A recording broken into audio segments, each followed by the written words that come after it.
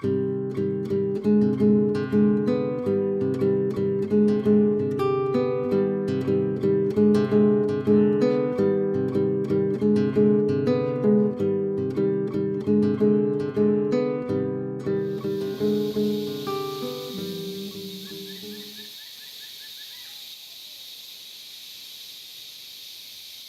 il y a un centre à Kiwasi, une soixantaine de personnes. 60, c'est énorme. Donc ça fait beaucoup de gens. Et la relève, en fait, c'est le problème de gens capables de porter les dimensions énergétiques. Parce que ça suppose le travail au niveau spirituel, au niveau personnel. Ça ne peut pas se commander. Hein, c'est pas, on peut pas. On peut faire un contrat avec un psychologue, avec un comptable, mais là, ça se passe pas comme ça. Donc, c'est l'époque et c'est de le faire de la transmission. Mais pour pouvoir transmettre, il faut qu'il y ait des gens qui acceptent. Et ça, ça peut pas s'inventer. Il faut qu'il y ait vraiment une vocation. S'il n'y a pas de vocation, ça tient pas, quoi. C'est trop exigeant et trop. Oui, c'est pas une activité qu'on peut faire comme ça, à temps partiel. Donc, ça prend du temps. En plus, même s'il y a des gens qui acceptent ou qui cherchent à être formés, bah, ça prend des années. Pour que quelqu'un puisse vraiment faire un travail comme ça, il faut compter au moins 10 ans, quoi. Ouais. Donc ça se fait pas du jour au lendemain. Et ce qui se passe, c'est que beaucoup de gens s'enthousiasment après avoir fait des expériences et pensent que bon, c'est intéressant, c'est riche, etc., ce qui est vrai.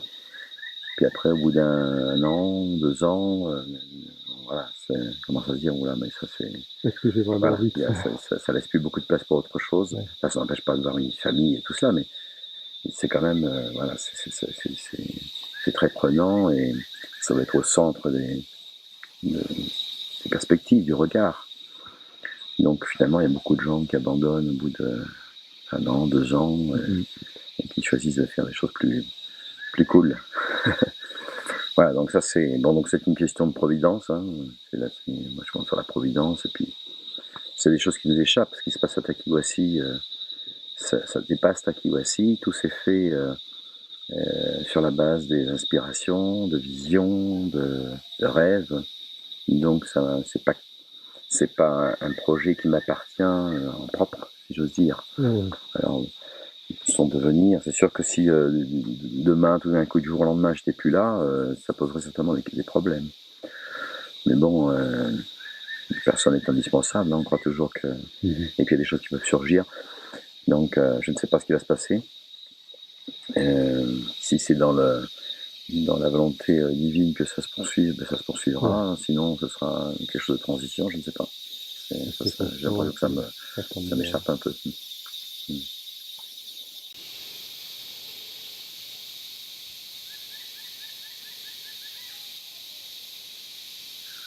Il y a une médecine populaire dans la région qui est toujours présente, surtout dans les villages, peut-être moins dans la ville même de Tarapoto, mais c'est quand même une zone très rurale. Et donc oui, c'est présent. Mais ça, c'est le niveau de la médecine populaire, bon, les recettes que tout le monde connaît, ou les recettes de grand-mère, etc. Donc ça, c'est présent. Mais pas forcément avec l'ayahuasca. Après, au niveau... Ben, l'ayahuasca n'a jamais été une consommation importante, sauf pour les guérisseurs eux-mêmes.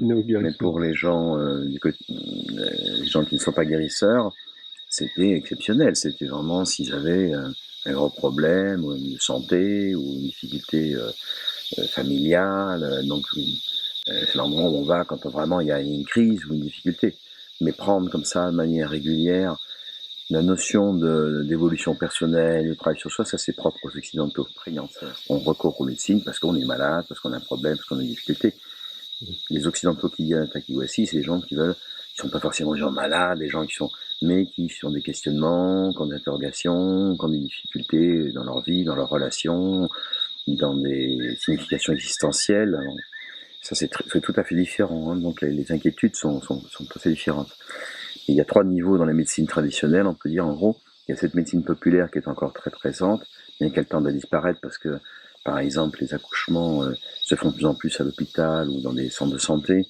Et ça, c'est stimulé et encouragé par le gouvernement qui essaye de faire la couverture à ce niveau-là et qui prend assez peu en compte, bien que les textes le disent, mais dans la réalité concrète, ils prennent pratiquement pas en compte les accoucheurs ou accoucheuses traditionnelles.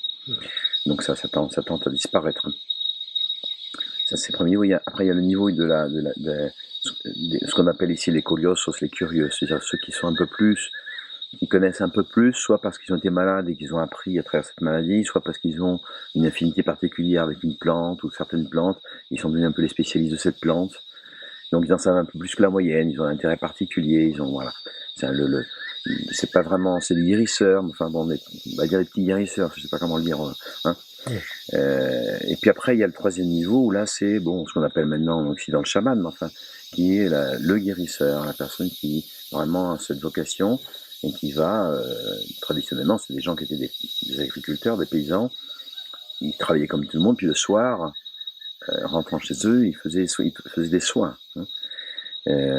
Donc ça c'est maintenant avec le métissage, un certain nombre de ces guérisseurs sont en ville ou dans des petites zones urbaines et ils ont délaissé un peu la pratique de l'agriculture, ils se consacrent plus à ça. Donc on trouve des guérisseurs qui font que ça maintenant, hein, qui vivent de ça. Et là-dedans, il y a plusieurs catégories, et puis dans ces guérisseurs-là, depuis jusqu'au niveau supérieur, qui est on appelle ici le branco, c'est celui qui est en contact permanent avec le monde des esprits, le monde intermédiaire, qui va constamment travailler à ce niveau-là. Alors ça s'inscrit dans un contexte où aussi, dans ces médecines traditionnelles, il y a le bon usage et le mauvais usage. Comme toute chose dans la vie, l'être humain peut l'utiliser pour le bien ou pour le mal. Et donc, les pratiques de sorcellerie sont très très prégnantes. Dans la culture amazonienne traditionnelle, l'accès à la parole, il est très réduit. Donc les gens ne parlent très peu entre eux, de choses de fond, de choses profondes. Et donc quand il y a des conflits, souvent ils ne les expriment pas verbalement. Et ils vont, éventuellement s'il y a des colères ou des rancœurs ou des jalousies, ça va s'exprimer à travers la sorcellerie. On va se venger en faisant un mauvais sort et en recourant aux sorciers. Hein. C'est une manière d'exprimer en tous les cas, d'extérioriser sa colère. C'est un monde de combat. Il ne faut pas oublier que les peuples traditionnels sont des peuples de guerriers. Dès qu'on est dans une notion tribale, on est forcément dans une notion guerrière, puisque on a un clan de référence, un groupe, une famille de référence, une ethnie de référence. Et ça, l'ethnie d'en face, c'est un ennemi potentiel, c'est un danger potentiel. Hein, et vice-versa. Donc il y a toujours des tensions et des conflits, des guerres. Et l'objectif des deux groupes, en fait, c'est de se maintenir dans une espèce d'équilibre. C'est-à-dire que si je reçois une agression du groupe d'en face, je renvoie l'agression. Donc voilà, on est quitte, 0-0. Donc il y a toujours l'équilibre qui est important à maintenir dans la relation. Ça, c'est vraiment la perspective ou l'horizon culturel des peuples, de tous les groupes tribaux, quels qu'ils soient dans le monde. Le fondement, c'est cette notion de justice ou de justesse, d'équilibre. Donc tout est fondé là-dessus. Nous sommes les Occidentaux, nous sommes dans un autre mythe fondateur, qui est le mythe de l'amour. Un mythe dans le sens idéal absolu. Après, dans la vie quotidienne, on n'est pas forcément dans l'amour. Mais ça reste comme une perspective fondamentale. Et dans l'amour, on peut plus être dans cette notion, disons, de la restitution, œil pour œil, dent pour dent. Au contraire, si on te donne un coup, si on te donne une claque, une gifle sur la joue, tu tends l'autre joue, ce qui est une injustice. Donc tout homme est mon frère, il n'y a plus de noir, il n'y a plus de blanc, il n'y a plus d'esclaves, il n'y a plus d'esclaves et d'hommes libres, il n'y a plus d'hommes et de femmes, enfin voilà, tout être humain potentiellement, est mon frère, et par conséquent je n'ai pas le droit, éthiquement, de rentrer en guerre avec lui, je dois aimer même mon ennemi. Bon, ça c'est donc alors où est-ce que je vais, comment est-ce que mon ombre, comme dirait Jung, c'est-à-dire ma colère, mes frustrations, tout ce qui n'a pas été digéré, métabolisé dans ma vie, mes souffrances, où est-ce que je vais projeter cela? Bon, dans les groupes tribaux, c'est très facile, je le projette sur l'autre, parce que si je ne vais pas, c'est probablement parce que l'autre m'a fait quelque chose, ça vient du dehors. Parce que nous avons la notion, et ça c'est le résultat de ce ce processus, cette filiation judéo-griégo-chrétienne, et nous renvoie à nous-mêmes. C'est-à-dire, mon pire ennemi, c'est moi-même. Ça, c'est une notion tout à fait occidentale. Mon pire ennemi, c'est moi-même, et quelles que soient les choses qui m'arrivent, qui me viennent de l'extérieur, qui peuvent être réelles, on peut vraiment m'agresser à l'extérieur, ça dépend de ma façon à moi de réagir par rapport à cela. Qu'est-ce que je vais en faire? Et donc ça renvoie à une notion d'intériorité, donc d'individuation. Donc la notion d'individu au sens fort, elle est primordiale dans le monde occidental, et à tel point d'ailleurs que c'est même le but des constitutions des pays occidentaux, l'individu est le but suprême. Dans les sociétés traditionnelles, l'individu est très secondaire, c'est le groupe qui est important. D'abord, c'est la survie du groupe, c'est la cohésion du groupe, c'est la pérennité du groupe. Donc, s'il faut sacrifier un individu pour le bien de la communauté, ça ne pose pas beaucoup de questions. Est-ce que nous, dans le monde occidental, s'il faut aller mobiliser toutes les forces armées pour aller sauver un prisonnier, on le fait. Donc, il y a un renversement des perspectives, et cette transition du monde de la justice, ou du mythe de la justice au mythe de l'amour, c'est dans cette position qu'on se trouve face aux médecines traditionnelles quand nous sommes des occidentaux. Nous, beaucoup d'incompréhension entre les guérisseurs ou les chamans, comme on dit maintenant, et les occidentaux qui viennent les voir, parce que les attentes et les perspectives sont différentes. Et maintenant, on est à la fin un peu de ce grand mythe d'amour, comme mythe fondateur, comme horizon psychique un peu collectif, et on accède au mythe de la liberté, qui devient le mythe fondateur, et on est dans cette transition, dire que si on demande à quelqu'un s'il veut être libre, tout le monde, il n'y a personne qui va dire non, je ne veux pas être libre. Tout le monde veut être libre. Et on voit surgir toutes sortes de mouvements de libération sociale, théologie de la libération de la femme, etc. Donc, tout le monde veut être libre. Mais on ne sait pas ce que c'est encore que la liberté, ça se cherche. Et comme on ne sait pas encore ce que c'est que la liberté, puisque c'est un mythe qui est naissant, qui doit peu à peu se manifester et prendre corps, on tâtonne et on va dans des sens qui sont en fait qui portent le nom de liberté, mais qui ne sont pas vraiment la liberté. Nous, on conçoit encore la liberté, soit dans un mythe comme le mythe de l'amour, qui est un mythe d'eau. Le Christ était représenté par le poisson. Donc dans les affects, dans le sentiment, donc voilà, l'amour libre, par exemple, ce qui n'est pas du tout la liberté. C'est le libertinage. Donc on confond la liberté et le libertinage, qui est en fait de l'ordre du caprice, de la capère, du capricorne, pour reprendre donc ce sont des mythes soit d'eau, soit de terre, comme le capricorne. Donc c'est, je veux être libre, c'est-à-dire que je veux faire tout ce que je veux, comme je veux, quand je veux, je veux goûter à tout, je veux tout manger, je veux tout lire, je veux tout. Donc cette espèce d'insatisfaction occidentale, parce qu'on cherche la liberté dans des lieux qui ne sont pas porteurs de la liberté. La liberté, c'est un mythe d'air. C'est-à-dire que c'est un mythe qui a à voir avec la spiritualité, avec l'inspiration. Donc la vraie liberté, elle est au contraire de trouver sa vocation la plus fondamentale. Qu'est-ce qui, comme individu singulier, particulier, unique au monde, unique dans le concert de l'univers, dans ce lieu, dans cet espace, en quoi est-ce que je puis célébrer la vie? Il n'y a que moi qui, là où je suis, peut célébrer la vie, il n'y a personne d'autre. Et ma vocation, c'est ça. La vocation, c'est de célébrer la vie. Alors, comment? À partir de ce que je porte, de ce dont je suis porteur, de mes qualités, de mes dons, de mes richesses, de mes charismes. Et donc, encore faut-il les connaître. Donc, ce qui suppose ce travail qu'on appelle l'évolution personnelle, c'est d'aller vers la rencontre de soi-même pour savoir vraiment qu'est-ce qui me correspond à moi, là où je suis. Si on a trouvé ça, supposons qu'on ait trouvé vraiment ce qui nous correspond parfaitement, tout le reste devient inintéressant, enfin en tous les cas secondaire. Ça ne veut pas dire que ça manque d'intérêt ou que c'est mauvais. Simplement, ça ne me correspond pas. Donc en fait, la liberté, c'est quand tous les possibles se réduisent. Quand par rapport aux 10 professions que je peux faire, je trouve vraiment celle qui me correspond. Quand par rapport aux milliers de femmes qui existent, je trouve ma femme, celle qui me correspond, etc. Donc en fait, c'est quand tout se réduit à ce qui me concerne et qui me convient parfaitement, là je suis libre. Donc la liberté, c'est se livrer complètement à ce qui nous correspond. Donc ça prend l'allure initialement, c'est perçu par les Occidentaux comme un enfermement, comme un esclavage. Je suis contraint je suis Je suis prisonnier en quelque sorte de ce qui m'habite. Mais c'est par là qu'on peut trouver sa liberté. C'est quand on se remet complètement à ce qui nous habite. Et là, c'est là qu'il y a un acte libre, justement. C'est de me soumettre complètement à ce dont je suis porteur, à ma vocation, à ce qui m'appelle.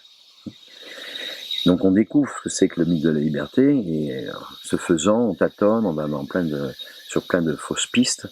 Et je crois qu'on est en plein là-dedans, dans notre époque actuelle, de dire, en tous les cas, de souhaiter la liberté, et en fait de rechercher quelque chose qui nous rende complètement esclaves de nos passions, de nos colères, de nos frustrations, et pas de ce qui nous habite comme réalisation spirituelle, comme devenir spirituel.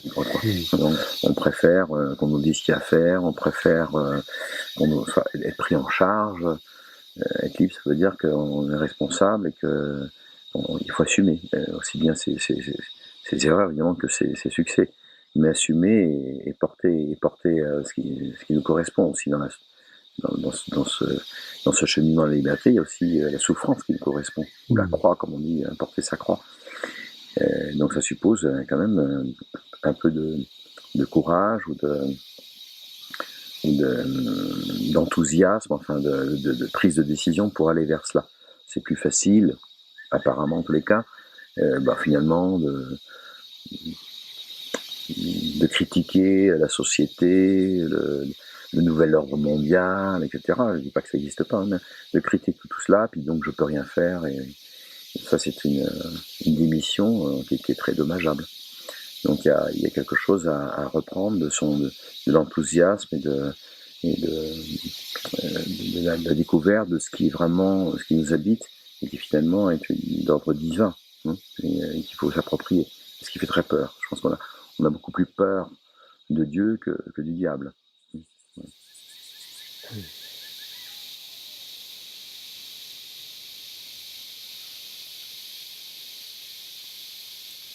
Alors moi je suis arrivé ici à la suite d'un itinéraire comme médecin qui m'a amené à travailler dans des pays du Sud, où je faisais travail sur des évaluations des projets de santé financés par des différentes ONG, et donc limités, économiquement parlant. Et donc ces projets de santé se trouvaient confrontés à des limites de ressources des médecines, de la médecine occidentale, conventionnelle, et par contre en même temps, il y avait des médecines présentes sur le lieu, des praticiens, des accoucheurs, des sages-femmes, des rebouteux, etc., des devins, bon. Alors, ce qui m'a frappé, en particulier quand j'ai travaillé dans le sud du Pérou avec Médecins sans frontières, parce que j'y suis resté un peu plus longtemps, là pendant 3 ans, c'est de voir que ces personnes-là avaient vraiment une connaissance qui était opératoire, ça fonctionnait. Je pouvais le constater cliniquement, encore je reviens à la clinique, ça fonctionnait, il y avait des résultats très concrets, même parfois pour certaines pathologies pour lesquelles nous on était quand même très limités. Donc, comme médecin, pragmatique, concret, il y a quelqu'un qui fait quelque chose et ça marche. Donc, ils savent qu'ils ont une connaissance. Ils ont une connaissance, elle est opératoire, elle fonctionne, il y a des résultats. Bon, alors comment ça fonctionne? On demande aux intéressés, et comment tu as appris, et d'où ça vient. Et alors là, on se trouve face à un discours qui nous sort complètement de notre cadre conceptuel. C'est les esprits qui m'ont parlé la nuit, c'est l'énergie de la Terre qui s'y... Bon, dans le point occidental, qu'est-ce que c'est? Alors, est-ce que c'est culturel? Est-ce que c'est réel? Est-ce que c'est d'où ça vient? Est-ce que c'est symbolique? Je comprends pas. Bon. Donc la question c'était, il y a des faits, les faits sont là patents. L'explication qu'ils en donnent, je la comprends pas. Alors, est-ce que je la comprends pas parce que je n'ai pas les instruments pour comprendre et qu'il faut que j'apprenne? Ou est-ce que je la comprends pas tout simplement parce que ça appartient à une culture qui n'est pas la mienne? Simplement, quand on observe que ces instruments thérapeutiques, cette manière, fonctionnent également pour des gens qui n'appartiennent pas à cette culture. Donc c'est pas que culturel, ça atteint l'universel et des invariants universels. D'ailleurs, les gens qui prennent l'ayahuasca, on voit maintenant, peut-être de n'importe où, ça fonctionne quand même. Le même antibiotique, il va fonctionner chez un Chinois ou chez un Indien. Bon. Donc ça peut être quelque chose qui est transculturel. Ça s'exprime dans une culture, mais c'est transculturel. Ça, c'est le premier point. C'est-à-dire qu'en fait, c'est accessible. Donc ma question pour les guérisseurs, c'est est-ce que moi je peux apprendre ce métier? Ils m'ont dit oui. Tu peux apprendre, mais il faut faire un processus. De même qu'un Indien qui voudra apprendre la chirurgie, est-ce qu'il peut? Oui. Il faut qu'il aille à l'université, puis qu'il étudie, il sera chirurgien. Voilà. Donc c'est pas plus compliqué que ça. Il faut apprendre. Alors comment on fait? Il faut faire ci, il faut faire ça, il faut prendre des plantes, il faut jeûner, et puis ça prend combien de temps? Ça prend 10 ans. Ah. Voilà. Donc là, il y a un choix à faire. Et c'est une médecine qui ne s'enseigne pas de la même façon, puisque ça passe par l'expérimentation, ça part de son propre corps qu'on découvre les choses, non pas par un enseignement didactique qui vient de l'extérieur et qu'on ingère.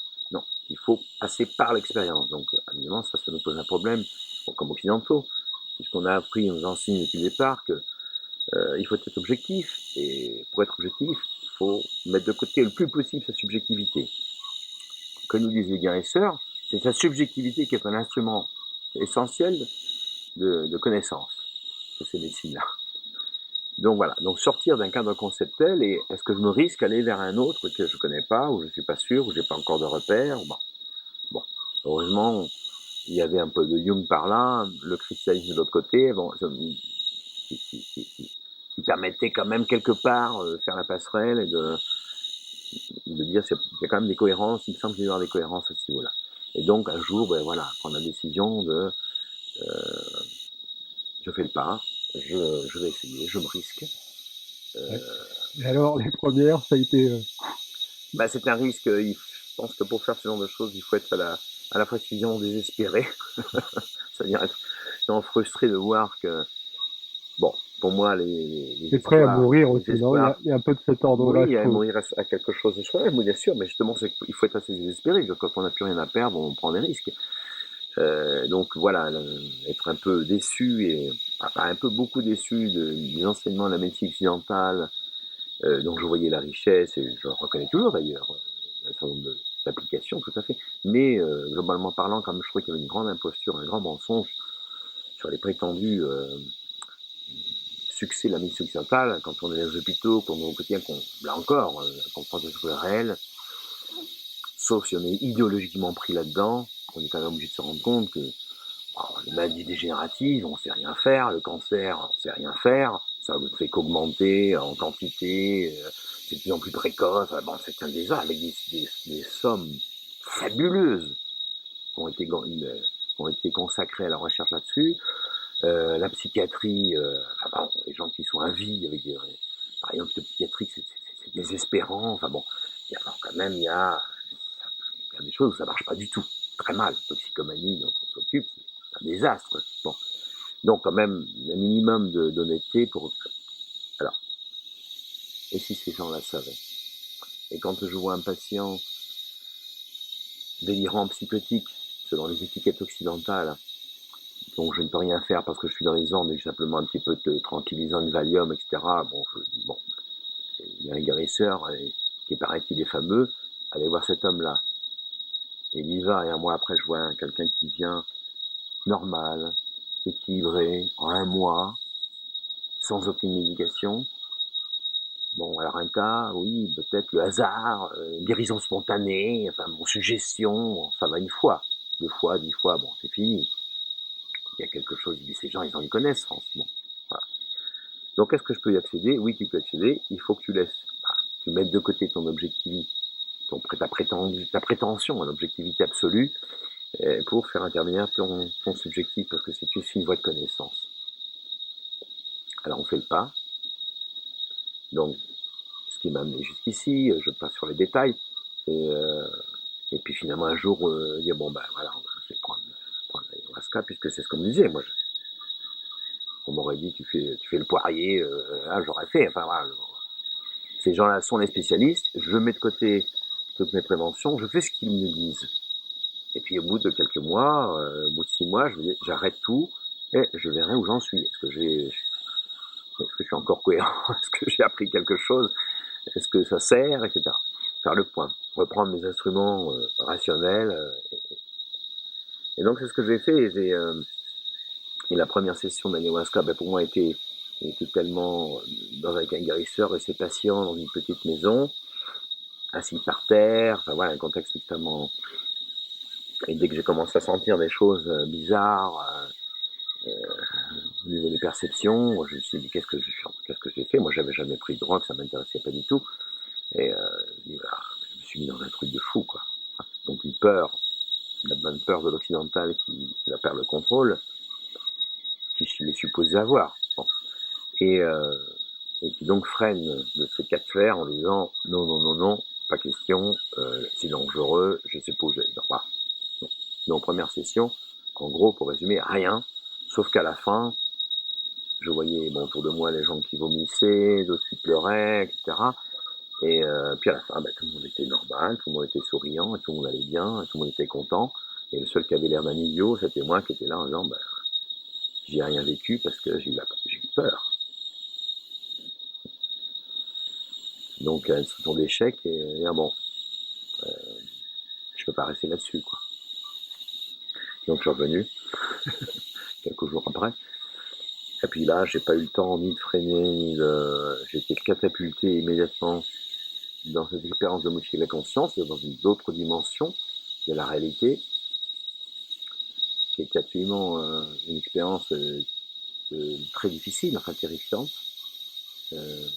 mort, et avec la sensation que là j'étais pris dans un piège et que voilà, j'avais fait une erreur fondamentale en existence, qui était d'avoir cru en ces choses-là, et j'aurais dû rester chez moi tranquillement à faire la médecine. Bon voilà, et puis bon, donc ça a duré 2 ou 3 heures qui sont très très longues dans ce contexte-là. Et jusqu'au moment où j'ai finalement accepté progressivement que voilà, je vivais mes derniers instants, que j'avais fait ce que je croyais devoir faire, mais que je m'étais trompé. Moi, je m'étais trompé, mais ma vie c'était ça. C'était ma vie, je m'étais trompé. J'avais essayé, et puis voilà. Et puis, donc ça s'est fait progressivement. J'ai pas, parce que c'était pas symbolique dans le sens virtuel. C'était bon, voilà. Là, j'ai lissé ma peau, et dans quelques instants, voilà, c'est fini. Et visualiser progressivement qu'est-ce que ça signifie que ma mort, quoi. Et que bon, finalement, ça n'allait pas changer grand-chose à la vie, à l'univers. Mais alors c'est cette phrase qui m'est venue de je ne sais où, qui m'a traversé, mais j'avais l'impression qu'elle venait d'un au-delà de moi-même, et que c'était moi qui la disais, enfin qui la pensait, qui adhérait complètement, et qui disait Jacques n'a aucune importance. Hein. Et quand j'ai terminé cette troisième phrase, bon, tout a disparu. Toute cette oppression, cette mort, tout a disparu, et j'étais comme un plongeur qui était au fond des abîmes, puis qui remontait à la surface. J'étais lâché par quoi? Par cette ayahuasca, qui était un poison terrible, qui m'avait mis dans cet endroit-là. Et puis j'ai remonté, et au fur et à mesure que je remontais par palier à la conscience, et je revenais à cette conscience ordinaire, les quantités de liens se faisaient. Qu'est-ce que c'était que cette importance? Enfin bon, on a compris pour le dire très rapidement que c'était cet ego qui était là, et qui là avait dû lâcher prise transitoirement. Et la prise de conscience, comment jusqu'à présent, donc j'avais 31 ans, comment tout ça m'avait affecté dans mes relations, dans mon travail, dans toute ma vie. Faire des liens et des liens et des liens et des liens. Et à la fin de cette nuit historique, d'avoir conscience que j'avais compris plus de choses cette nuit-là que tout ce que j'avais fait avant. En une seule nuit.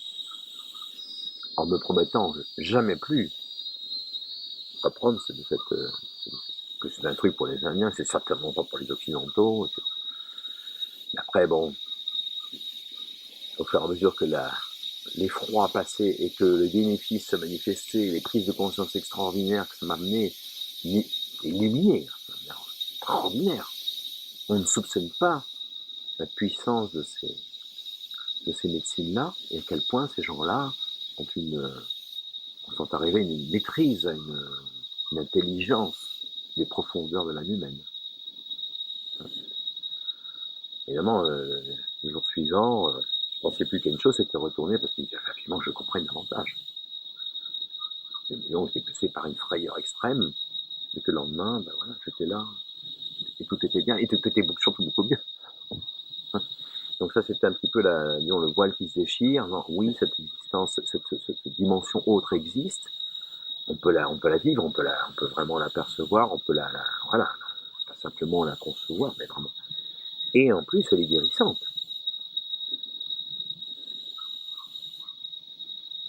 Donc voilà, moi comme médecin, cette vocation quelque part du soin, de l'émerveillement de voir qu'une personne en face, parce qu'on a fait quelque chose, est intervenu, prend conscience de quelque chose, ou s'ouvre quelque chose, ou se guérit, bah, c'est un acte magique. C'est la merveille, c'est presque miraculeux de se dire, mais qu'est-ce que. Voilà, il y a quelque chose de. C'est une étincelle divine qui est passée à travers un geste, une parole qu'on a pu faire. C'est extraordinaire. Alors on participe du divin. C'est fantastique. On n'est pas le divin, mais on y participe. Voilà. Donc, je dis, bon, ben, ça c'est. Voilà, j'ai trouvé ce que j'ai trouvé. J'ai trouvé mon chemin. Mon chemin, c'est approfondir ces médecines traditionnelles et faire le pont avec la médecine occidentale, avec la psychiatrie, avec la philosophie, avec et puis la dimension chrétienne. Et donc ça a ouvert un peu après tout ce cheminement avec de nombreuses autres expériences où ça s'est précisé le comment, le pourquoi, qu'est-ce qu'il fallait que je fasse. Je n'ai pas choisi ce que je devais faire. Ça m'a été proposé, on m'a dit c'est ça qu'il faut que tu fasses. Ça m'a été proposé, je suis obligé d'utiliser ces formulations, on peut dire qu'il y a un tout autre qui s'exprime. Et donc il dit, et qui enseigne, et qui dit, voilà, c'est par là que tu peux aller. Et c'est de cette manière-là que tu peux faire. Et donc apprendre à suivre cette voie, à la reconnaître, à l'identifier, la discerner, la différencier par rapport à ses propres élaborations, ses propres désirs, ses propres fantasmes. Parce que l'ego est toujours là, les peurs sont toujours là, voilà. Après un temps comme ça, on n'est pas tout d'un coup devenu un être transparent et diaphane et lumineux. On est encore à toute notre patte humaine faite de toutes les limitations et les insuffisances humaines. Mais bon, on a acquis un petit peu plus. Il y a un bout de chemin de un petit peu plus de discernement. Après, c'est-à-dire que au fur et à mesure du chemin, la sensation, c'est que ce qu'on ignore, on prend davantage la mesure de ce que l'on ignore. Et que cette mesure augmente de plus en plus. Donc plus on sait, plus on se rend compte de ce qu'on ignore. Wow. donc, proportionnellement parlant, on est encore de plus en plus au début du chemin, d'une façon. En mesurant, on se rend compte de l'immensité de notre ignorance et de notre perdition, pour dire de cette façon, en tous les cas de notre éloignement de la vérité, du divin. Donc c'est ce paradoxe que plus on connaît, moins on connaît d'une certaine façon, proportionnellement parlant, la perspective, le regard porte de plus en plus loin et on dit oula, j'aurais jamais assez de toute une vie pour explorer tout ça, ça me dépasse de tous les côtés, c'est la transcendance, on est débordé de tous les côtés. Donc ça nous ramène à notre juste place qui est à la fois minuscule d'une certaine façon dans le concert de l'univers et en même temps, c'est là que ça rejoint le christianisme, la dignité de chaque être humain, de chaque existence. Chacun est unique et chacun dans l'amour de Dieu aussi intensément que tout autre. C'est cette espèce de conjonction de notre insignifiance dans le sens du fond propre. C'est là que tu n'as pas d'importance, rien de par toi-même, rien. Et en même temps, je ne dirais pas tout, mais inviter à s'associer, à s'unir au tout, de par ce qu'il nous est donné, et qu'il nous est vraiment donné. C'est pas je te le prête et je te le retire, non, ça nous est donné. C'est pour ça qu'on peut faire ce qu'on veut, on peut faire les pires choses aussi. Ça nous est donné. Et ce ne sera pas retiré. Est-ce que c'est facile? Oui, c'est très facile.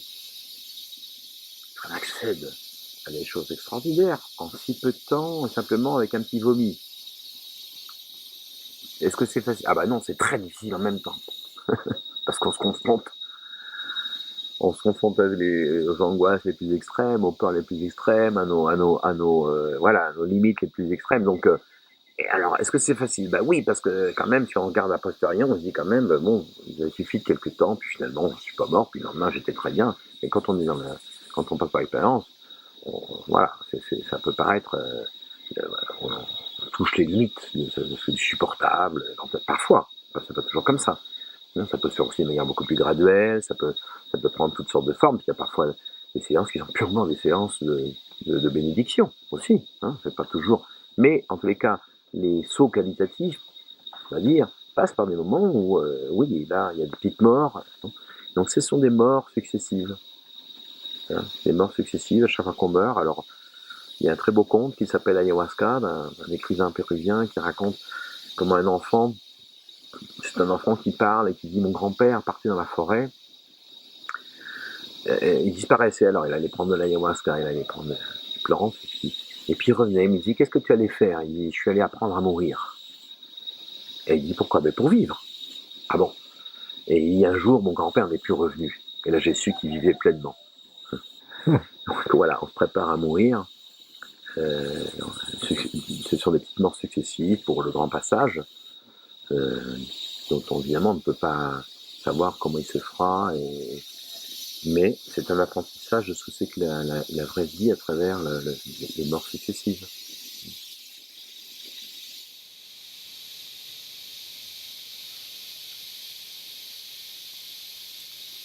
Le toxicomane, entre guillemets, bon, c'est un prototype qui n'existe pas en soi, mais enfin bon, par communauté de langage, représente et cristallise toutes les contradictions de notre société occidentale. Donc c'est toxicomaniaque en général.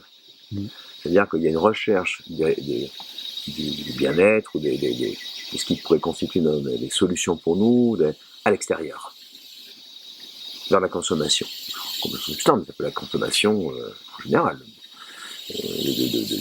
Des vacances, des bouquins, de ciné, Internet, bon. Donc, aller chercher l'extérieur, dans la matière, dans l'hédonisme, des réponses à des choses qui sont intérieures et qui ne sont pas de cet ordre-là. Donc, il y a une réponse inadéquate qui n'est pas à la hauteur du problème qui est posé. Alors, ce qui crée cette souffrance, ce malaise occidental terrible. À des problèmes matériels, il faut des réponses matérielles. À des problèmes émotionnels, psychologiques, il faut des réponses émotionnelles, psychologiques. À des problèmes spirituels, il faut des réponses spirituelles. Et ce sont des niveaux différents. Donc quand on a faim, il faut manger. Quand on a faim, on ne se contente pas de méditer. On a besoin de... Quand on a des problèmes tristes, il faut qu'on pleure. On peut prendre un médicament pour ne pas pleurer, mais le problème ne sera pas résolu. On va tomber dans la dépression. Si on a des problèmes spirituels, des questions spirituelles, il faut des réponses de type spirituel. Donc il y a un ordre à remettre. Notre société occidentale a décrété que le spirituel, ça n'existait pas. Je simplifie un peu, mais c'est à peine simplifié. Positivisme, existentialisme, athéisme, ça n'existe pas. Alors, cette dimension intrinsèque à l'humain, religieuse, questionnement du sens, on n'a pas de réponse. On donne des réponses matérielles, des drogues, des substances, des films, on donne des réponses émotionnelles ou sexuelles, l'amour libre, l'alcool, voilà. Et tout ça ne répond pas à la question, qu'est-ce que je fais ici? Où je vais? D'où je viens? C'est une question que l'être humain s'est toujours posée. Ah ben non, monsieur, il n'y a pas de réponse à ça. Il n'y a pas de réponse, tout ça c'est de l'imaginaire, ça. Tu te contentes de bouffer, de vivre, tu t'éclates un peu, puis un jour tu meurs, puis c'est terminé. Et ça, l'être humain ne peut pas accepter cela. C'est impossible. Donc c'est un désespoir terrible. Donc société toxicomaniaque. Et le toxicomane qui consomme de l'héroïne, de la cocaïne, c'est simplement un échantillon la pointe de l'iceberg est une société globalement addictive, toxicomaniaque. Voilà.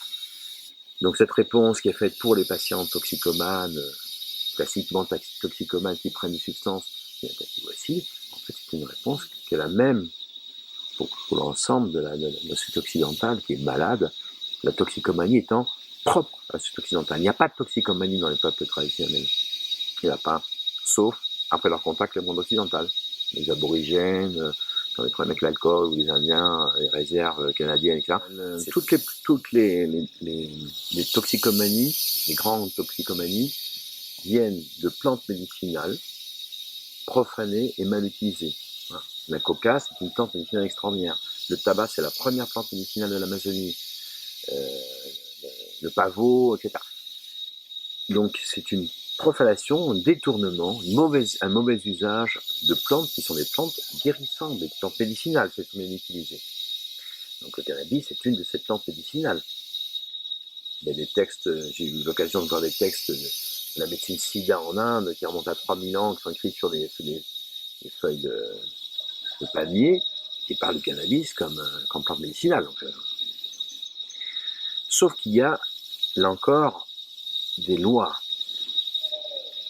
On est contraint par les lois. Et ces lois nous libèrent. Donc, si on sait bien utiliser les lois, on peut faire ce qu'on veut. Si on connaît les lois de la navigation, on peut naviguer comme on veut, on peut aller où on veut. Si on ne connaît pas les lois de la navigation, on risque de dériver et de ne pas aller dans le bon sens. Donc il faut connaître les lois, et en se soumettant aux lois, en se surfant ou en se coulant dans les lois, on fait ce qu'on veut. Donc la connaissance des lois nous rend libres. Et quand on refuse de soumettre la loi, on est encore une fois dans la rébellion, le libertinage, et là ça va très mal. Donc pour le cannabis, pour toutes les plantes initiatiques, c'est l'intention derrière, quoi. Alors, il y a l'intention, oui, bien sûr, mais il n'y a pas que l'intention. L'intention n'est pas suffisante, encore une fois, parce qu'il faut les lois, il faut la connaissance. Et ça, c'est un péché, si je veux dire ça comme ça, du New Age, de penser que si on est à de bonnes intentions, qu'on est gentil, etc., c'est suffisant. Ben non, il faut connaître comment ça marche. Un enfant qui trouve une grenade et puis il est innocent, il veut jouer avec, mais s'il a des goupilles, ben, elle va sauter, pareil. C'est pas parce qu'il est innocent que ça va pas sauter. Il faut connaître. Donc, toutes les plantes initiatiques doivent d'abord être ingérées dans leur dimension physique, solide et liquide. Il faut d'abord que ce soit intégré parce qu'il y a un ordre des choses. Et l'ordre des choses, c'est d'abord la terre, l'eau, l'air et le feu. Il y a un ordre. On commence par la terre et l'eau, et on commence pas par l'air et le feu. Nous naissons la gestation se fait dans le ventre d'une mère, et là nous sommes dans l'eau, dans la matière, il n'y a pas d'air, il n'y a pas de feu, il n'y a pas de lumière. Puis après on naît, il y a la naissance, et on accède à l'air et à la lumière, au soleil. C'est comme ça au niveau physique, c'est comme ça au niveau psychique, c'est comme ça au niveau spirituel. C'est une loi, ce sont des lois. Le monde est créé comme ça. Alors le cannabis doit être ingéré d'abord sous forme solide et sous forme liquide, avec quelqu'un qui sait comment le faire. Avec un guide. Avec un guide. Il y a des initiations. Ça prend du temps. Il faut des initiations sexuelles. Il faut ingérer du lait d'amande douce. Voilà, c'est une connaissance subtile. Et quand on a fait tout ce processus qui dure des années, parce que ça va nous remuer au niveau physique, ça va nous remuer au niveau émotionnel. Il faut digérer tout ça, il faut le métaboliser. Quand on a, en quelque sorte, cette énergie physique, émotionnelle est assise, le cannabis est inscrit dans le corps, dans les affects, là on peut fumer pour accéder à l'énergie du cannabis dans ses dimensions aériennes, d'inspiration et solaire, lumineuse, divine, spirituelle. Si on fait l'inverse, on est amené dans les énergies spirituelles et aériennes, donc les gens ont des inspirations, ils découvrent des choses, etc. Et comme ils n'ont pas fait le travail précédent, ils sont incapables de l'inscrire dans le corps et dans la réalité matérielle et émotionnelle. Et plus ils vont fumer, plus ils s'éloignent. Donc ils se décorporent, ils se désincarnent en quelque sorte. Et ils se désinsèrent du monde émotionnel. À la limite, ça aboutit, parce qu'on voit de temps en temps, les psychoses cannabiques, les gens sont tellement plus dans leur corps et tellement plus dans les affects et dans le réel, comme me disent certains patients, l'impression que la réalité, c'est un décor de carton-pâte, c'est une illusion, ils sont plus là. Désincarné. Et donc là, on est proche, on est borderline, et on peut vraiment passer dans des crises psychotiques et délirantes. Donc c'est pas de la faute du cannabis. Le cannabis, il est pour rien. C'est comme un couteau, si on prend par la lame, bah ça coupe. Si on prend par le manche, ça coupe pas. Cannabis, si on fume, c'est la même chose. Si on commence par fumer, on peut sauter au-dessus de l'exigence, de l'intégration dans le quotidien, dans la vie réelle, dans le matériel, dans les affects, avant d'accéder. On veut sauter directement, avoir des connaissances. C'est le mythe prométhéen, c'est Prométhée, hein, c'est Icare. Hein. On peut aller vers le monde spirituel sans être préparé. En fait, l'accès au monde spirituel n'est pas de l'ordre de l'échapper de la réalité matérielle et sensible, elle est de l'ordre de la descente de l'esprit de l'incarne. L'opération inverse. Alors les gens qui veulent vraiment, d'abord, qui défendent le cannabis et qui sont, et j'en dirais d'ailleurs de commencer pas le profaner, parce que c'est une profanation. Donc ils défendent quelque chose et en même temps ils le profanent. C'est tout à fait contradictoire. Alors, si vous l'apprend, prenez du cannabis en solide liquide avec un guide. Ah, il faut aller en Inde, il faut aller trouver qui connaît ça. Et puis il faut consacrer un certain nombre d'années. Alors, qui fait ça? Personne fait ça pratiquement.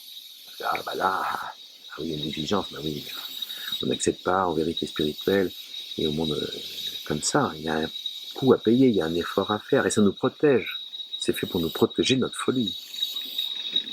Si on veut pas et on préfère être fou, bah on peut être fou. Donc ça nous amène, ça répond très souvent en fait à des problématiques structurelles qui sont là et qui se manifestent à l'adolescence. Très souvent, c'est parce qu'il y a quelque part dans notre structuration familiale une absence de père et une prégnance trop forte de la mère, du féminin on va dire, et une absence de père. Donc on reproduit ça il y a une quête du père, en fait une quête des lois qui est inconsciente et qui se une quête de la lumière, des fonctions masculines, donc c'est l'air et le feu, on veut aller vers les fonctions masculines, mais on a tellement peur de la mer, le problème n'a pas été résolu avec la mer, qu'on ne descend pas dans la matière et qu'on ne descend pas dans les affects. Ben, il faut descendre là-dedans, il faut se confronter avec ce que représente la mer pour pouvoir sortir de l'utérus psychique, hein, on est sorti de l'utérus physique, mais il faut encore sortir de l'utérus psychique et accéder à l'autre, à la dimension de la relation avec l'autre. Donc c'est un processus, c'est une métamorphose. Le symbole, l'énergie du cannabis, c'est une énergie de papillon. Voilà. Et donc le papillon, il passe par la chenille, il rampe d'abord au ras des pâquerettes, hein, il s'alimente des réalités terrestres. Ensuite il passe par la phase de chrysalide, il y a une bouillie affective, il faut se construire dans le monde affectif, émotionnel, se structurer, jusqu'à ce qu'on ait la force pour ouvrir le cocon, sortir et la voler. Air et lumière. Mais il faut ce travail préalable, s'il ne se travaille pas. Et donc on veut être papillon sans passer par les stades précédents. Il y a des araignées qui sont là, qui vont manger le papillon tout cru. Hein. Oui. L'araignée symbolisant les forces féminines non maîtrisées et toxiques qui empêchent de voler.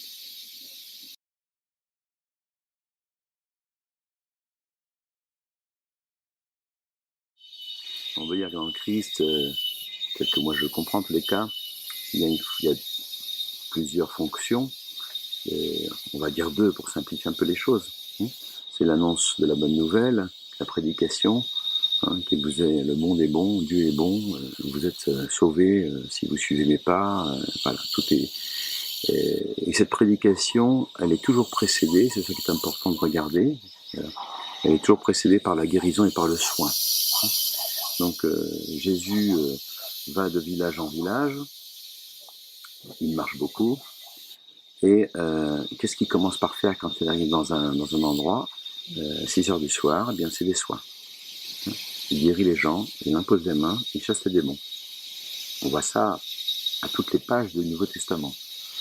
Bon, en général,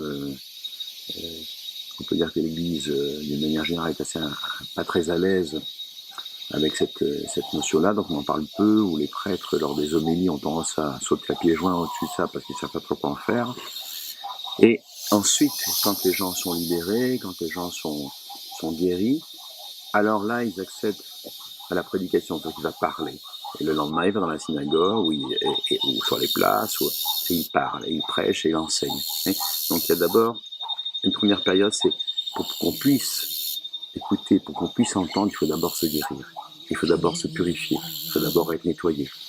Et chasser les démons. C'est-à-dire, entre ce monde sensible et le divin, il y a un monde intermédiaire qui est celui des créatures spirituelles, les anges, le monde angélique. Et dans ce monde angélique, il y a les anges bons, on va dire, et puis les anges déchus, c'est-à-dire les puissances démoniaques. On a beaucoup d'occidentaux qui viennent ici, qui ne sont pas du tout dans cette perspective-là, qui n'ont aucune idée que ça puisse exister. Cependant, ils sont infestés à des degrés divers. Alors ça peut être des petites infestations ou des grosses infestations. C'est-à-dire la grosse infestation maximum, qui est l'état de possession, est rare, même presque dire rarissime.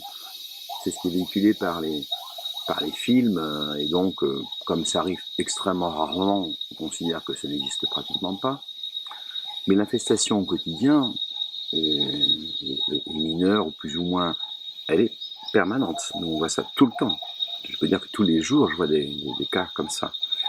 Et on peut le diagnostiquer, on peut le détecter, et on peut le guérir. Avec des conséquences sur le plan psychique, affectif, relationnel, même sur le plan physique. Donc ça, pour moi, c'est de la clinique. Je suis médecin de formation. Eh bien, cette clinique physique, le médecin général, la clinique psychologique, psychiatrique existe également, et la clinique spirituelle est du même ordre. On peut faire des diagnostics, on peut faire à partir des diagnostics des indications particulières, procéder à des soins et guérir. Donc, le Nouveau Testament parle en quantité. Je crois qu'il doit y avoir à peu près 180 textes du Nouveau Testament qui parlent de cela, sans parler des actes des apôtres, puisque ce n'est pas réservé au Christ, il le transmet ensuite à ses disciples, qui sont de l'ordre de la guérison, avec des quantités. Alors allons voir, selon la clinique. C'est pas une question de croire comme ça, béatement. Essayons, regardons.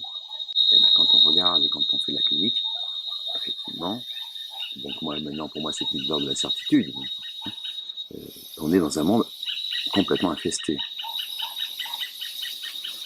Et donc, il y a énormément de problèmes, de troubles psychologiques, voire psychiatriques, et puis des problèmes de difficultés de vie, relationnelles, etc., qui sont liés à un degré de perturbation, d'infestation, d'obstruction, on peut utiliser différents termes, dus aux forces démoniaques. Alors, derrière tout cela, évidemment, il y a à comprendre qu'est-ce que ça signifie, je ne peux pas... Est-ce que les forces démoniaques sont des images? Non. Alors, les entités démoniaques sont objectives, opératoires, et existent réellement. Alors, que sur cette base-là, il y ait des projections, il y a l'imaginaire, il y ait éventuellement des créations plus ou moins psychiques, oui. Mais il y a une réalité objective, de même qu'on peut dire, bon voilà, la nature existe, il y a des arbres, etc. On peut rêver, et on utilise ces images-là, oui. Mais il y a une réalité objective qui est là. Donc ça c'est très important, parce que, évidemment, le discours rationaliste occidental, positiviste, consiste à dire, c'est des symboles, sous-entendu, c'est virtuel, ou ce sont des projections psychiques, ou ce sont des élaborations mentales. Alors c'est un discours qui est le plus classique, qui est le plus qu'on entend tous les jours. C'est des discours qui ne partent pas de la clinique. Moi, je parle de la clinique. Donc je dis simplement, quiconque sincèrement veut voir si réellement cette réalité est objective, ça peut s'expérimenter.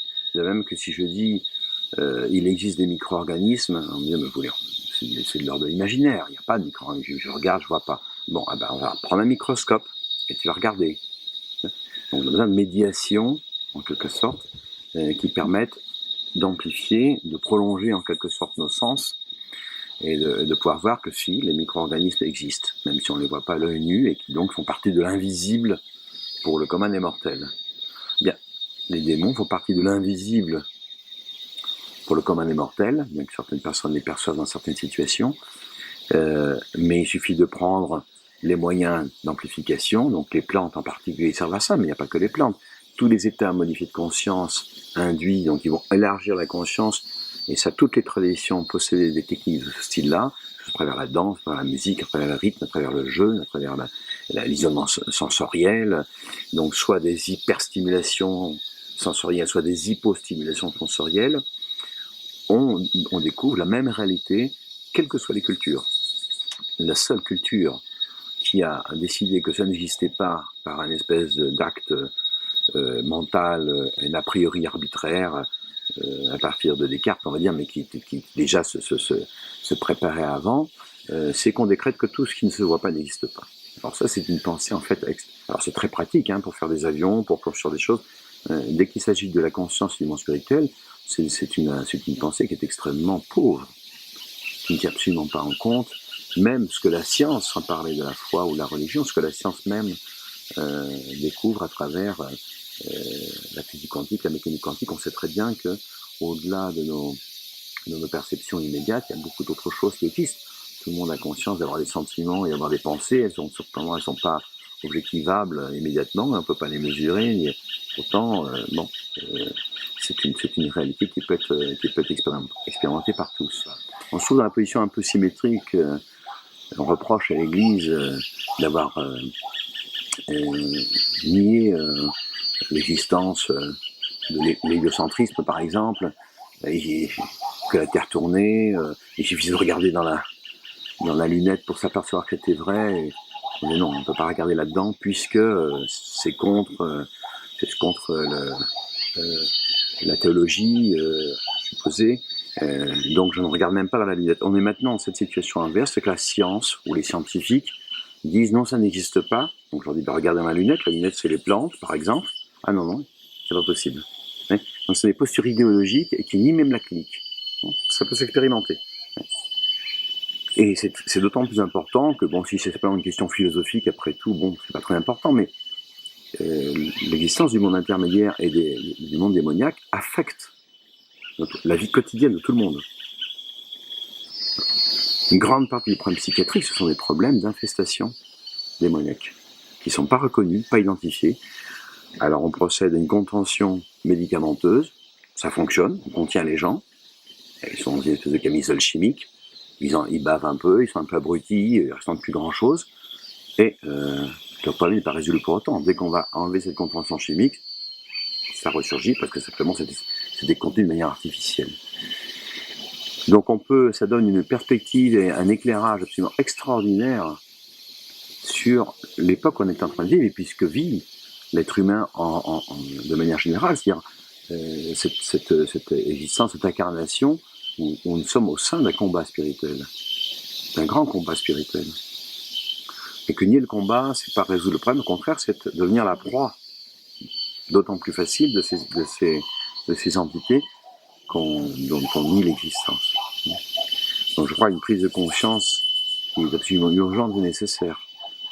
Et se refouler, c'est-à-dire ce rejet, cette censure du monde démoniaque est tellement forte que finalement elle se remanifeste de manière spectaculaire, c'est-à-dire que maintenant on voit des démons partout, les gens portent des t-shirts avec des démons, ça devient la mode, des cadavres, des têtes de mort, voilà, donc le refoulé revient de manière très visible dans tout même dirais le satanisme devient presque public, dans les concerts, de certains types de musique extrême, voilà, c'est partout, c'est omniprésent, donc ça devient... Alors, c'est toujours présenté de manière, oui, c'est un peu sympathique, c'est bon enfant, c'est pour rigoler, c'est pour s'amuser. Bon, moi j'invite les gens qui s'amusent autant avec ça, de venir, de prendre des plantes, puis qui regardent en face à travers cette lunette, ce microscope que constituent les plantes, qui puissent regarder en face de quoi il s'agit, je pense qu'après ils vont plus tellement s'amuser. Parce que c'est un fait, c'est dramatique. Et puis, en même temps, évidemment, il y a heureusement la prédominance des bons esprits, et du monde angélique et du divin, auquel on peut faire appel, évidemment, se réfugier en quelque sorte, ou se reconstruire, se réaligner, se retrouver avec ce qui constitue notre essence, qui est l'essence divine. Et là, le combat devient à la fois plus certain, mais déjà gagné d'avance. L'Église a, dans une grande partie, a rendu son message, dit parfois, bien plat pour passer sous la porte du rationalisme et se faire accepter, et ce faisant a perdu, hein, s'est appauvri énormément en renonçant au combat spirituel, en renonçant à utiliser les instruments de sa puissance héritée du Christ, qui est une puissance d'exorcisme, de purification, de libération. C'est une fonction transmise par le Christ lui-même qui en fait un signe de ses disciples. Hein. On vous reconnaîtra, hein, au fait que vous imposiez les mains, chassiez les démons, guérissez les malades. C'est un signe, normalement, inscrit dans les évangiles. C'est pas moi qui l'ai inventé. C'est le Christ qui le dit lui-même. C'est un signe. Alors, il est manifeste où, ce signe? Donc, les prêtres, la plupart des prêtres ne sont même pas formés à cette notion-là. Ils n'ont pas, dans leur formation, on ne leur parle pas de cela. Ils n'ont pas de notion, ça n'existe même pas. C'est quand même extraordinaire. Hein, c'est tout à fait étonnant. Donc ils sont un peu démunis et un peu effrayés quand il faut éventuellement aborder cet univers-là parce qu'ils n'ont pas été préparés, ils ne savent pas trop comment procéder. Et puis il peut y avoir des manifestations parfois un peu extraordinaires dans ce genre de combat spirituel, avec des phénomènes paranormaux, des phénomènes extrasensoriels, et voilà, ça fait partie du show un peu, hein, du spectacle que donnent parfois les forces démoniaques pour faire peur.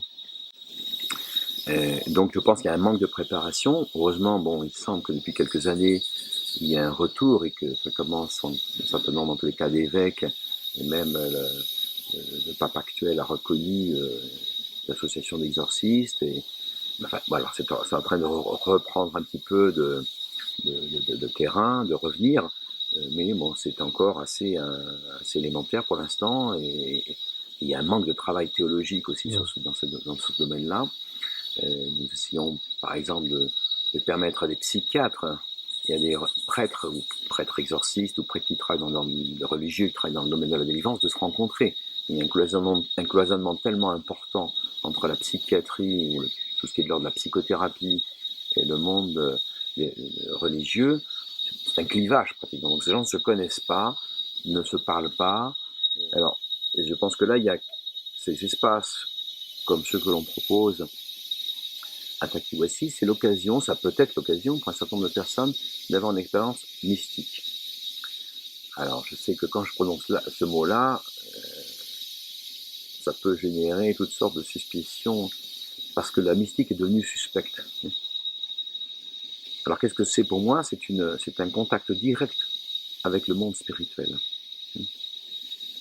Quand on a eu un contact direct avec le monde spirituel, ne serait-ce que pendant quelques secondes ou quelques minutes très brèves, eh bien, on sait que ça existe. C'est de l'éprouver, c'est du vécu. Et à partir de là, tout prend sens.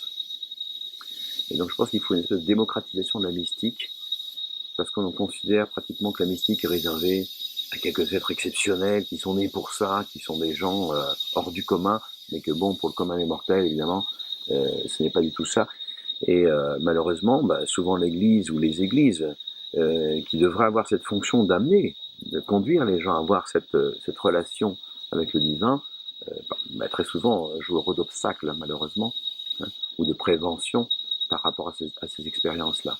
Alors, il ne s'agit pas d'être dans une espèce d'état mystique permanent et de flotter dans des espaces. Non, c'est un vécu intime, profond et réel. À partir de ce moment-là, tout le reste peut se construire, parce que s'il y a une véritable rencontre avec le Christ, avec le monde spirituel, pour le dire d'une manière très générale, avec le divin. Alors la médiation de l'Église, la médiation des sacrements est fondamentale. Elle n'est pas du tout à écarter, au contraire. Mais elle doit être aussi habitée par cela, c'est-à-dire par l'expérience intime, personnelle de la relation avec le divin. Alors s'il y a ça, tout le reste après devient facile, enfin facile entre guillemets, enfin en tous les cas, prend sens. On n'a plus besoin d'être convaincu par des discours. On a touché du doigt, on a goûté, on a vu, on a perçu. Donc, je pense qu'il est nécessaire d'avoir de plus en plus d'espace cohérent, bien fait, qui permettent aux personnes de vraiment de vivre cette expérience-là. Après, ils ont l'énergie et le carburant pour continuer à apprécier. Et même avec une autre foi musulmane, bouddhiste, où l'expérience est vécue de la même manière. Oui et non. Je pense que tous les cheminements spirituels, religieux ont des ouvertures évidemment sur le monde spirituel. L'Église catholique le reconnaît d'ailleurs dans sa tradition, puisqu'elle parle des semences du Verbe, les signes verbi. Donc la vérité peut se trouver partout où il y a des êtres humains, et partout où il y a de l'amour, et partout où il y a du cœur, etc. Donc ça, c'est indubitablement. C'est pas réservé aux gens qui sont chrétiens, qui sont dans l'Église. Ceci dit, évidemment, mon point de vue comme chrétien, l'accès à la vérité suprême passe par le Christ.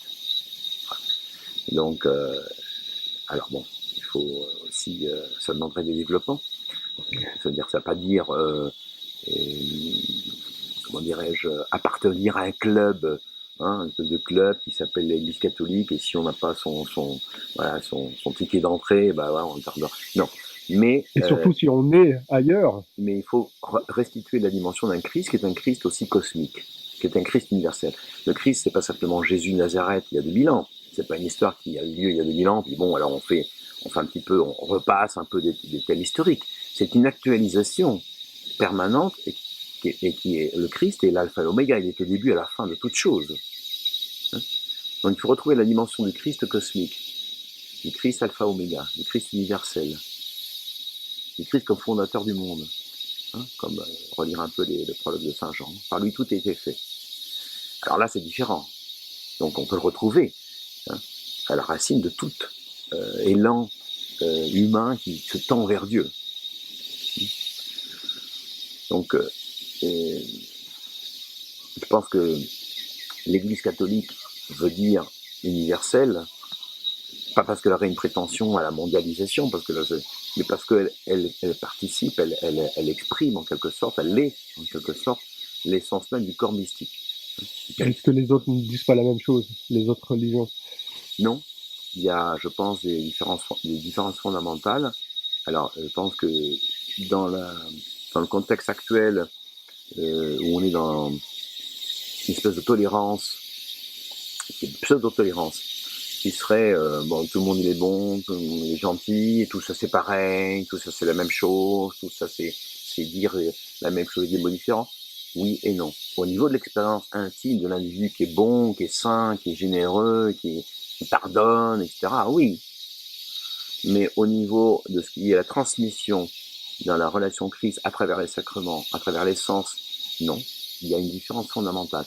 Donc il y a des différences fondamentales théologiques, mais la théologie, c'est pas seulement pour des gens qui sont dans des bureaux en train d'écrire des papiers.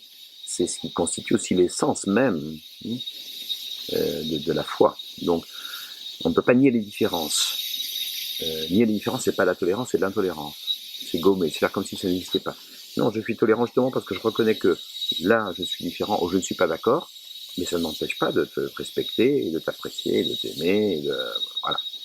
Donc la tolérance passe par la reconnaissance de la différence. Sinon, on procède à une espèce d'opération de dissolution dans un grand tout fusionnel où disparaît la loi.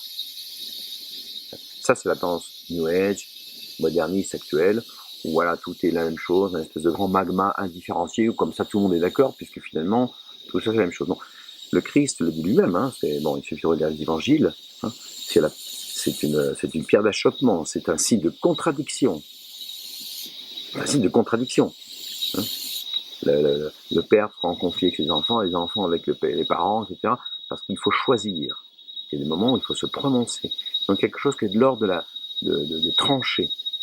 Alors toutes ces fonctions masculines, c'est l'ordre de trancher, de différencier, de se positionner, de structurer, de reconnaître l'ordre, de reconnaître la loi. C'est pas du tout dans la pensée moderniste actuelle. Ce qu'on veut, c'est une espèce de choses très féminines, maternantes, où il n'y aurait plus que cela. Ouais, Alors on baigne dans un grand bain. on est aussi dans un monde qui veut éviter toutes les guerres de religion. Ah bah justement, il n'y en a jamais eu autant. Mais il n'y en a jamais eu autant. Mais justement, c'est Il n'y en peut-être a jamais eu autant parce que justement, quand on parce qu'il y a parce qu'il y a les deux tendances aussi. Entre le tout est beau, tout est égal et tout est lisse, et tout est fanatisme et oui, pense détenir la vérité. Oui, bien sûr. Oui, non, oui, vous avez raison là, sur ce plan-là, mais il ne s'agit pas d'être soit complètement dans l'un, soit complètement dans l'autre. Il faut arriver à lier les deux choses. Donc, tout commence par la bonté. S'il n'y a pas la bonté, s'il n'y a pas le cœur au départ, il n'y a pas d'accès à la connaissance. Si on veut la connaissance sans la bonté, alors c'est ce qui se passe dans toutes les initiatives de type gnostique, on aboutit à des fondamentalismes, on aboutit à des fanatismes, on aboutit à des dictatures idéologiques. Mais l'inverse, c'est-à-dire que on reproche beaucoup le patriarcat de l'Église et la société patriarcale occidentale, on entend très souvent, donc on supprime le père, il n'y a pas de patriarcal, etc. Alors en ce faisant, on retourne dans un monde utérin, qui est un monde de la mère, régressif. Donc il s'agit d'une alliance, il s'agit d'un mariage justement, il s'agit d'une fécondation réciproque. Il faut qu'il y ait les deux choses et il y a un ordre pour cela. D'abord la bonté et ensuite la loi. Il faut les deux. Mais on ne peut pas supprimer la loi. Et ce qu'on fait actuellement, c'est qu'on veut supprimer la loi, les règles, les limites, l'ordre, les structures, la hiérarchie. Ça, c'est désastreux. Ça aboutit, à un monde qui est plus ou moins schizophrène et psychotique collectivement. Et ça, c'est le fusionnel dans lequel on essaye de nous baigner. Ça, c'est la guerre. Ça nous amène vers la guerre. Parce qu'il est impossible, personne, finalement, n'accepte au bout du compte d'être phagocyté, mangé par l'autre. Le fusionnel, il y a toujours l'un des deux qui dévore l'autre. C'est la guerre.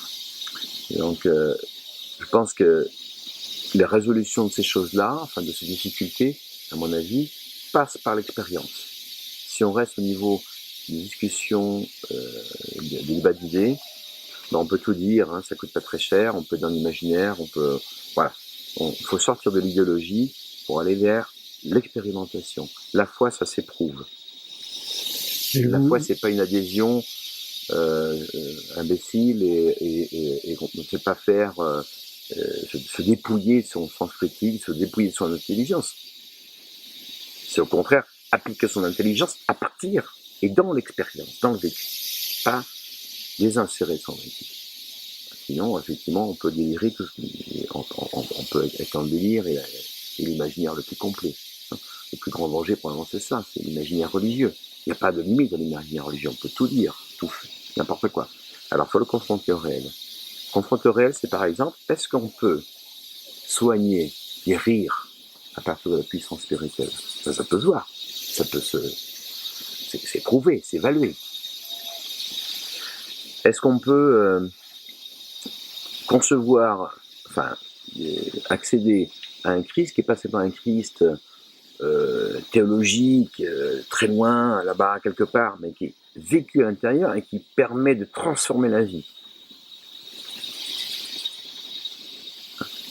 Alors, donc c'est dans le concret, c'est dans l'incarnation, c'est dans le réel qu'on peut éprouver ces choses-là. Je pense que c'est ça qui sert de critère, c'est revenir à la sanction du réel. Les sources chrétiennes qui sont les miennes, confrontées initialement au monde des médecines traditionnelles dans un contexte amazonien, au départ, ça semble grand écart. On a l'impression d'avoir affaire à deux univers qui se sont jamais côtoyés. Enfin bon, ça c'est l'impression initiale, primaire, on va dire. Quand ça passe par l'expérience, justement, c'est pour ça que l'expérience est importante, la convergence, la coïncidence est absolument étonnante. Et comme tout chrétien formé de manière classique au départ, pour moi, tout ce monde démoniaque, d'esprit, ça n'existait pas, ou aussi juste comme ça, bon, très vague, très lointain.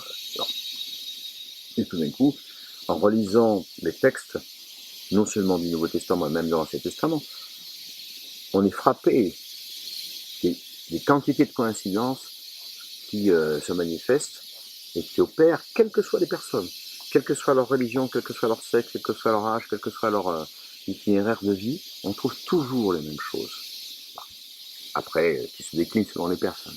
On trouve toujours que le pardon est fondamental. On trouve toujours que la gratitude est fondamentale, la louange. C'est spontané, c'est intrinsèque, ça fait partie de la nature humaine. Donc ça habite l'humain. Et quand on va prendre les plantes et qu'on peut donc explorer cet univers intérieur, faire émerger les profondeurs de chaque personne, eh bien on va toujours trouver ça. On a un besoin de pardonner, d'être pardonné, de demander pardon. C'est constant. Et le besoin simultané de reconnaître, de remercier pour la vie, le divin, même si on n'a pas les mots pour ça. Mais il y a un surgissement, un jaillissement spontané, le pardon et la gratitude. C'est les deux piliers de la guérison, du cheminement. Et ça, c'est universel. Hein, donc c'est en ce sens-là que le christianisme est universel. Pas parce qu'il n'y a que le christianisme qu'il faut pardonner. Mais parce que c'est les piliers fondamentaux du christianisme, hein, qui ont été formulés aussi par le Christ, et qui se retrouvent dans tout être humain. Ça fait partie de notre Père. Hein. Reconnaître le divin. Que ton nom soit sanctifié. Pardonne aux autres. Comme toi-même tu seras pardonné, tu veux être pardonné. Alors, ce sont des choses spontanées. C'est-à-dire que par exemple, on parle de la confession. Alors la confession, c'est devenu une espèce de truc qu'on fait dans un petit coin avec un prêtre, un confessionnal un peu poussiéreux au fond d'une église. Voilà, c'est un peu cette image-là qui reste pour beaucoup de gens. Puis où il va demander est-ce que tu t'es masturbé ou pas. C'est devenu un petit truc critique, etc. Bon. Mais retrouver la dimension de ce que ça représente. L'Église est dotée des sacrements. Le sacrement, c'est extraordinaire. Ça opère de par le sacrement lui-même.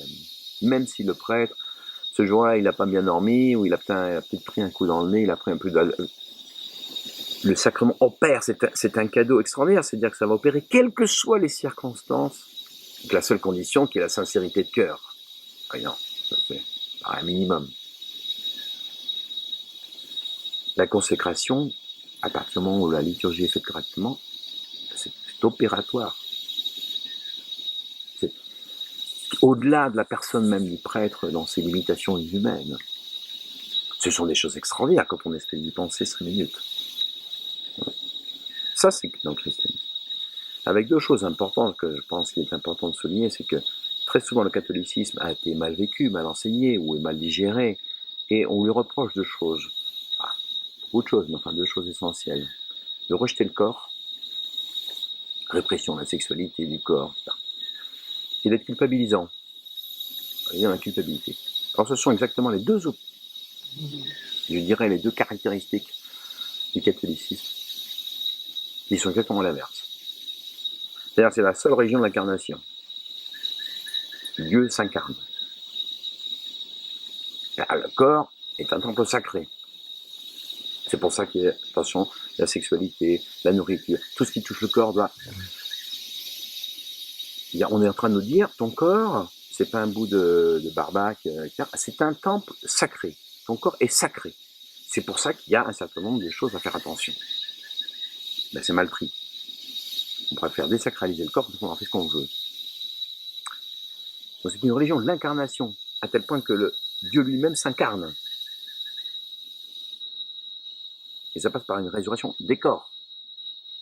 C'est pas laisser le corps pour aller flotter dans les espaces aériens, c'est une résurrection des corps. Alors un corps évidemment d'une autre nature que le corps que l'on a actuellement. Mais c'est une résurrection des corps. Donc c'est une région de l'incarnation. Alors s'il y a quelque chose qui ne rejette pas le corps, c'est présent le Christ dans son essence. Après, ça peut être vécu de manière tout à fait, effectivement, comme ça l'a été. Je ne sais pas du tout une négation de ce qui a pu se passer, ce qui passe encore, de répression, d'incompréhension. ce niveau-là.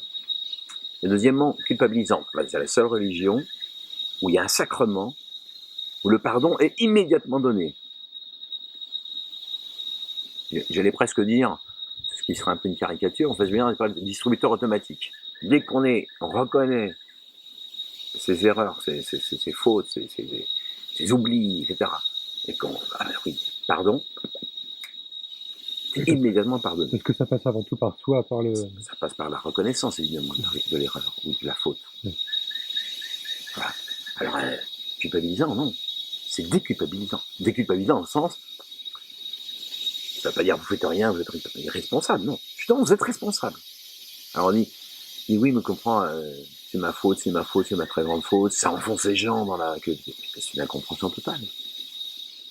C'est ma faute, ça veut dire que je suis enfin responsable de certain nombre de choses que je fais. Donc j'existe. Donc moi, j'existe. Je suis donc libre. Je peux faire la faute, je peux ne pas la faire. Sinon, si c'est la faute, si c'est pas ma faute, quoi qu'il arrive, je suis complètement déterminé par le contexte social, par mes parents, par mon histoire, par mes filiations, par ma culture, etc. Je ne suis rien, je n'existe pas, je n'existe pas, je n'existe pas. Je suis le produit d'un nombre de circonstances, de déterminisme biologique, etc. Je n'existe pas. On doit dire, mais si, tu existes. Je t'ai donné la vie, tu es libre, donc tu peux faire aussi des fautes. Tu peux te tromper. Tu peux oublier. Ça nous restitue à la liberté. Et c'est ça qu'on ne veut pas. Ouais, le libre arbitre. Et cette liberté, dans cette liberté, on peut faire des erreurs, on peut se tromper, on peut faire même des énormes transgressions, on va dire, de la loi. Mais le pardon est toujours possible. Alors, culpabilisant et rejet du corps, c'est exactement l'inverse. Ceci dit, effectivement, ce sont mal vécus, mal enseignés, mal transmis, ok. Mais dans son essence, alors je pense qu'il faut retourner à l'essence des choses.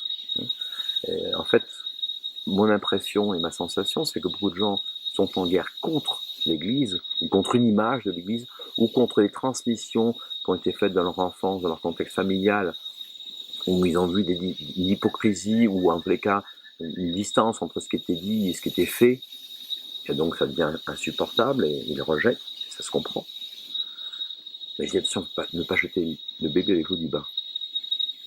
Garder l'essentiel. Retourner à l'essentiel et aller au-delà des mauvaises transmissions, donc aller à l'essence, aller à la racine des choses. Et à ce moment-là, on peut retrouver la source. C'est une source qui est vitale et qui éclaire tout homme. Beaucoup de personnes ont une image à partir de l'Église ou de certaines choses extérieures, et le Vatican et le pape, je ne sais quoi, mais n'ont pas lu les évangiles. Il faut lire les évangiles. En essayant de se dépouiller de tout cela, qu'est-ce que c'est que cette personne? Qu'est-ce que c'est que cet être qui s'appelle Jésus? Qu'est-ce qu'il fait? Qu'est-ce qu'il dit? C'est pas très long. Ça fait entre 150 et 200 pages. Donc, mais lire et le relire. Parce qu'à chaque fois qu'on lit, on découvre cet arrière-plan qu'on n'avait pas vu avant. C'est pour ça de quoi on parle. Parce que je pense qu'il y a beaucoup de gens qui sont en guerre, qui sont blessés, qui ont des souffrances par rapport à l'éducation chrétienne, les parents, des choses comme ça, et qui ne peuvent pas dépasser ça. Je vois des gens qui viennent ici, 50 ans, 60 ans, disent oui, mais moi un jour, quand j'étais enfant, le curé m'a dit ça, c'était fini. C'est dommage d'avoir 60 ans et d'être resté coincé sur quelque chose que le curé du coin, qui était de mauvaise humeur, a dit à un gosse de 9 ans, quoi. C'est quand même non. Mais il faudrait peut-être arriver quand même à aller un peu plus loin, quoi. Dépasser ça, quoi. Voilà. Oui, c'est vrai aussi qu'il y a une histoire de l'Église qui est terrible aussi. Oui. Oui, mais oui et mais. Oui, mais. Parce qu'il y a des choses absolument, effectivement, qui d'ailleurs, l'Église elle-même a demandé pardon pour ça. Donc il y a une reconnaissance. Et en même temps, je pense qu'il faut... c'est-à-dire, je suis un petit peu... Puisque beaucoup de gens viennent ici et me parlent de cette dimension, et disent oui, mais comprend l'Inquisition, ici et ça. Donc je connais un peu la liste des reproches que l'on fait à l'Église. Et ce qui me surprend toujours, c'est l'indignation sélective. D'abord, un certain nombre de faits sont faux. C'est-à-dire que j'entends, il faut aller aux faits, voilà, encore une fois. L'Inquisition, pour prendre des dizaines de milliers de morts, c'est faux. Donc, j'invite les gens à aller voir vraiment les choses historiques. D'abord, pour remettre les choses en perspective. Et puis ensuite, si on s'indigne contre les gens qui ont été contraints, forcés, torturés, etc., qu'on s'indigne aussi pour ceux qui ont été forcés, torturés dans le côté. Par exemple, j'ai jamais vu personne me dire, c'est terrible, pendant la Révolution française, il y a eu 4000 prêtres qui ont été massacrés simplement parce qu'ils étaient prêtres. J'entends rarement, jamais, d'indignation par exemple pour cela. Donc, l'indignation, oui, mais pas sélective, parce que sinon, elle n'est pas crédible. Donc, si on s'indigne contre cela, il faut s'indigner contre un abus, c'est contre tous les abus. Et donc, elle est aux sources aussi, parce que il y a un discours qui est tellement répété, n'est-ce pas? Je prends l'exemple encore de l'Inquisition, puisque c'est un truc qui vient très souvent. Un certain nombre des guérisseurs et des guérisseuses ont été poursuivis en étant traités de sorciers, et c'est injuste, etc. Oui et non. Parce qu'il y a des personnes qui sont vraiment des sorciers. Ça, on ne le dit jamais. Alors, je ne dis pas qu'il faut les passer à en faire des brochettes, mais poser au départ que toute personne était innocente, était saine, non. Il ne faut pas oublier que à cette époque-là, la torture était aussi la loi, la justice normale utilisait la torture. Hein. Et les premières personnes qui a réclamé contre la torture, c'est Capistran, qui était un inquisiteur, qui a réclamé pour la suppression de la torture.